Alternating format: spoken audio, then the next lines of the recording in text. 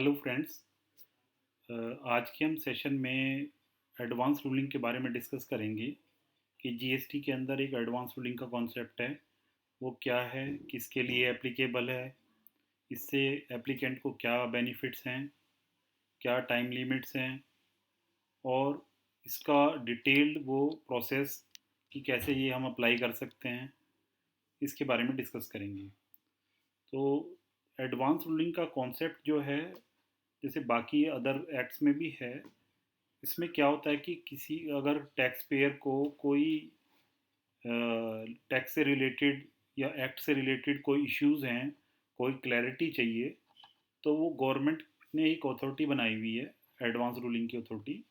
उसके पास वो application file कर सकता है और उसमें अपनी वो क्वेरी पूछ सकता है।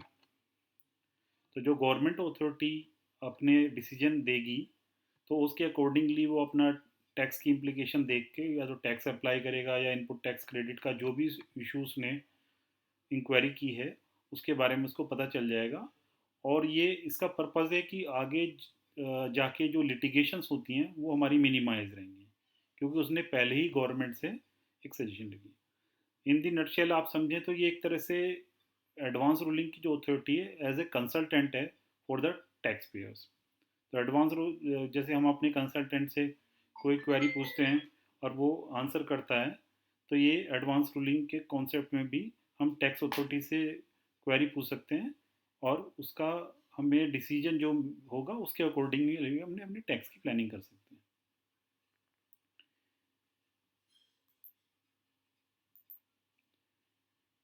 So what is the advance ruling? Advance ruling means a decision provided by the authority or the appellate authority to an applicant on the matters as per section 97(2). तो 97(2) में क्या क्या मैटर्स हैं वो हम डिस्कस करते हैं। तो एडवांस रूलिंग का है कि कोई भी एडवांस रूलिंग का मीन्स है कि डिसीजन प्रोवाइड कर दिया है अथॉरिटी ने और एपेलेट अथॉरिटी ने, और एडवांस से मिलेंगे कि पहले से ही हमने डिसीजन ले लिया है एक्ट होने से पहले ही। तो ऑब्जेक्टिव क्या है? To provide certainty in tax liability in advance. तो बाद में नॉन कंप्लायंस हो, लिटिगेशन बढ़े, उससे पहले ही हम डिपार्टमेंट से उसके बारे में पूछ के और अपनी प्रॉपर कंप्लायंस कर सकते हैं। इस एडवांस रूलिंग की वजह से हमारी लिटिगेशन जो होंगी डिपार्टमेंट और टैक्स पेयर्स की रिड्यूस होती हैं, क्योंकि टैक्स पेयर्स ने पहले ही उसके बारे में पता कर लिया था। And pronounce ruling expeditiously in a transparent and inexpensive manner.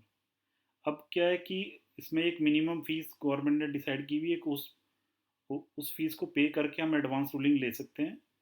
और इसके लिए टाइम लिमिट फिक्स की गई है कि with in the time limit government ने ये एडवांस रूलिंग हम टैक्स पेयर्स को, एप्लीकेंट को देनी है। तो ये सारे ऑब्जेक्टिव के हिसाब से देखें तो हम एडवांस रूलिंग का मतलब है कि हमने पहले से ही एज ए जैसे कंसल्टेंट से पूछते हैं, हमने गवर्नमेंट से पूछ लिया और गवर्नमेंट से हमारे पास एक रिटर्न में रूलिंग आ गई, उसको हम फॉलो करेंगे। तो क्या क्या मैटर्स इसके अंदर सेक्शन 97(2) में क्या क्या मैटर्स हैं जिसमें हम एडवांस रूलिंग ले सकते हैं, तो हम डिस्कस करते हैं। Queries matters covered under advance ruling, section 97 सब close 2। Classification of any goods और सर्विसेज और बोथ। किसी भी गुड्स का क्या क्लासिफिकेशन होना है, उसका HSN कोड क्या होना है, वो गुड्स है या सर्विसेज है, या सर्विस अकाउंटिंग कोड क्या होना है, तो उसके बारे में अगर हमें पता करना हो और हम आइडेंटिफाई नहीं कर पा रहे हैं, तो हम एडवांस रूलिंग में जाके उसके बारे में पता कर सकते हैं। कोई भी आइटम के बारे में हम बिजनेस करने जा रहे हैं तो उसके आइटम की प्रॉपर क्लासिफिकेशन होनी चाहिए, और प्रॉपर क्लासिफिकेशन के बाद ही हम उस पर प्रॉपर टैक्स रेट लगा पाएंगे। सेम वे में applicability of notification issued under the provisions of CGST act. कोई भी नोटिफिकेशन इशू हुआ है उस एक्ट के, CGST एक्ट के बारे में, उस नोटिफिकेशन की एप्लीकेबिलिटी चेक करने के लिए कि वो एप्लीकेंट के ऊपर एप्लीकेबल है नहीं है, उसकी क्या इम्प्लीकेशंस हैं, उसके बारे में डिटेल डिस्कशन के लिए हम एडवांस रूलिंग में जा सकते हैं। कोई नोटिफिकेशन आया, उसमें कोई कन्फ्यूज़न है एप्लीकेंट को कि उस पर एप्लीकेबल है या नहीं है, या उसके को वो टैक्स में इम्पैक्ट कर रहा है नहीं कर रहा, तो हम एडवांस रूलिंग में जा सकते हैं। Determination of time and value of supply of goods और सर्विसेज और बोथ। हमारी टाइम ऑफ सप्लाई क्या होनी चाहिए, वैल्यू ऑफ सप्लाई क्या होनी चाहिए, चाहे वो गुड्स की हो चाहे सर्विसेज की हो, तो उसके बारे में भी हम एडवांस रूलिंग में पता कर सकते हैं। टाइम से हमें पता चलता है कि कम हमारा टाइम ऑफ सप्लाई माना जाएगा, अदरवाइज हमें आगे चल के लिटिगेशन आती है कि टैक्स ऑफिसर बताएगा कि ये आपका टाइम ऑफ सप्लाई पहले का था, आपने बिल टैक्स इनवॉइस बाद में रेज किया। ऐसी वैल्यूएशन को लेके बहुत सारे इश्यूज आ सकते हैं कि किसी प्रोडक्ट की क्या वैल्यू हो सकती है। तो उसके इस तरह के अगर केसेस हैं तो वो हम एडवांस रूलिंग में क्वेरी डाल सकते हैं और वहाँ से रिप्लाई ले सकते हैं। Admissibility of input tax credit of tax paid or deemed to have been paid। कोई भी इनपुट टैक्स क्रेडिट है उसके बारे में कि वेदर एलिजिबल है नॉट एलिजिबल है, उसके बारे में हमें पता करना है, तो वो भी हम एडवांस रूलिंग्स के थ्रू कर सकते हैं। Determination of the liability to pay tax on any goods और सर्विसेज और बोथ।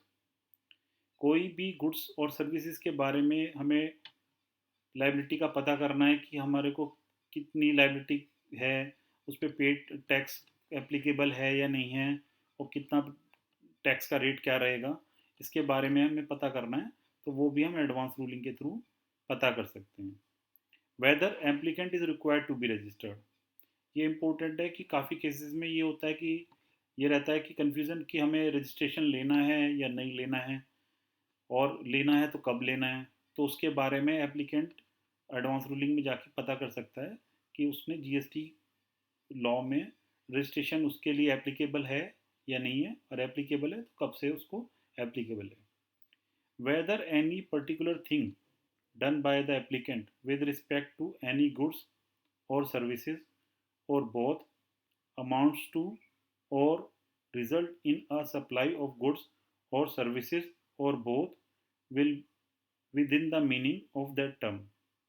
इसका मतलब है कि कोई भी particular thing done by the applicant with respect to any goods, वो कोई भी जो एप्लीकेंट काम कर रहा है with respect to any goods हो चाहे वो सर्विसेज हो, ये पता करने के लिए कि वो सप्लाई की डेफिनेशन में आती है या नहीं आती है। अगर वो सप्लाई की डेफिनेशन में आएगी तभी वो जीएसटी परव्यू में आएगी।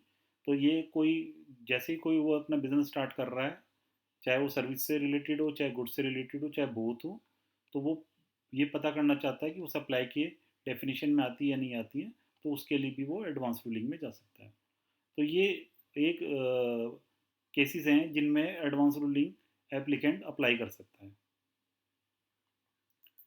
अब कुछ इंपॉर्टेंट पॉइंट्स हैं जो एडवांस रूलिंग से रिलेटेड हैं, हम डिस्कस करते हैं।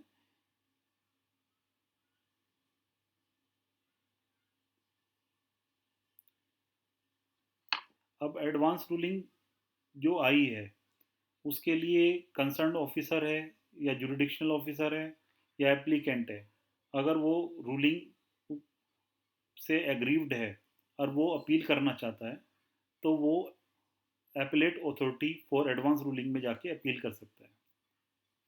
Decision of triple A R will also be treated as decision of advance ruling. तो जो ट्रिपल ए आर में एपलेट अथॉरिटी ने डिसीजन दिया है वो भी एडवांस रूलिंग की डिसीजन की तरह ही माना जाता है। Ruling given by AAR and AAR will be applicable only within the jurisdiction of concerned state or unity territory।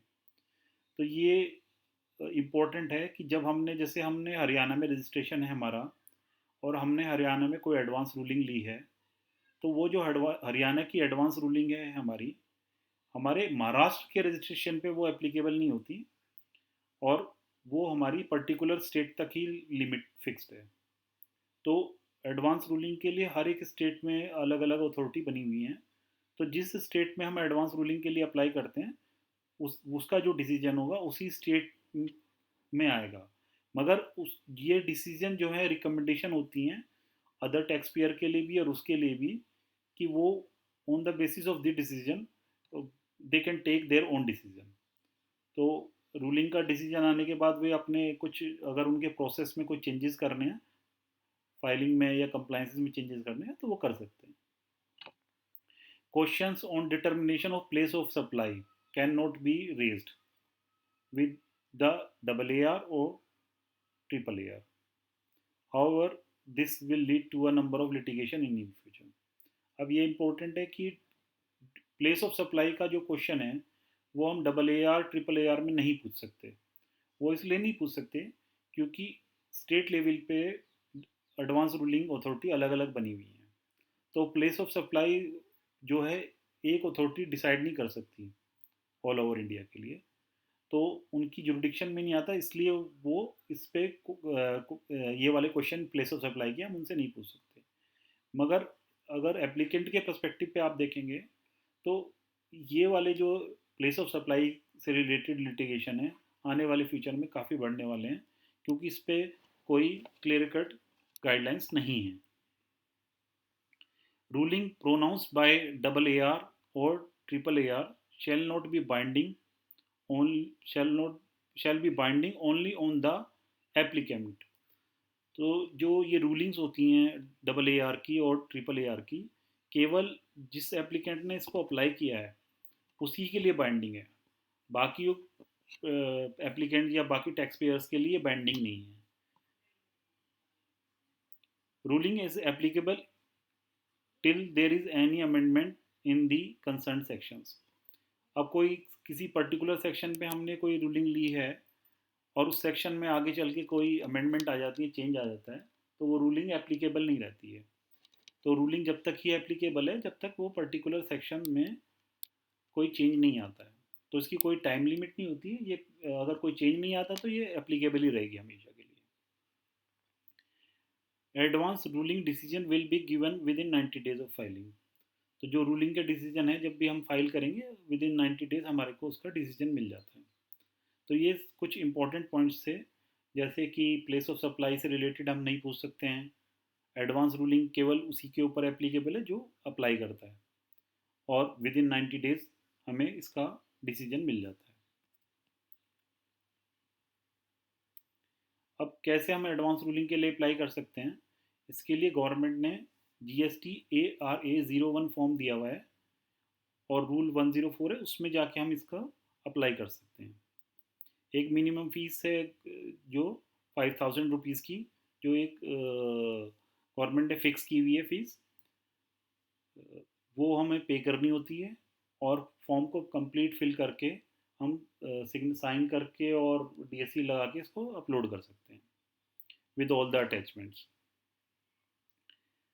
जैसे ही फॉर्म ये रिसीव होता है एडवांस अथॉरिटी को, वो इसकी कॉपी एक कंसर्न जुरिडिक्शनल ऑफिसर को भी भेज देता है, और तब AR फिर क्या करता है, फॉर्म को एग्जामिन करता है, हियरिंग्स की ज़रूरत होती है तो हियरिंग्स करते हैं, और after hearings they will pronounce their decision. जो जब डिसीजन आता है उसी को हम एडवांस रूलिंग कहते हैं।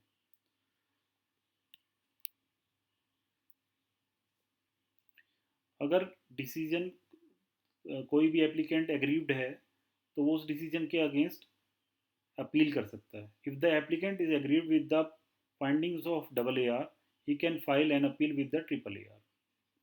Appeal can be filed in form GST ARA02 with fees of 10,000. Similarly, if the prescribed or jurisdictional officer of CGST SGST does not agree with the findings of AAR, he can also file appeal with the AAR in form GST ARA03, और उसके लिए कोई fees नहीं है।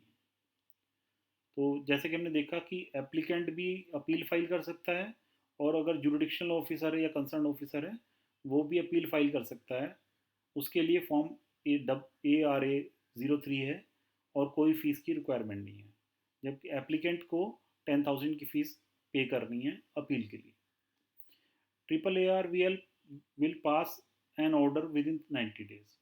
Same way में AAR भी 90 days में order pass करेगा। अगर AAR के मेंबर्स किसी पॉइंट को लेके डिफरेंस ऑफ ओपिनियन हैं तो वो जो है कोई भी एडवांस रूलिंग जो है ये माना जाएगा कि कोई भी एडवांस रूलिंग फाइल नहीं हुई है और कोई भी एडवांस रूलिंग नहीं दी गई है, तो वो नल एंड वॉइड हो जाएगी एक तरह से, और एडवांस रूलिंग को नल एंड वॉइड मान के रिजेक्ट कर दिया जाएगा।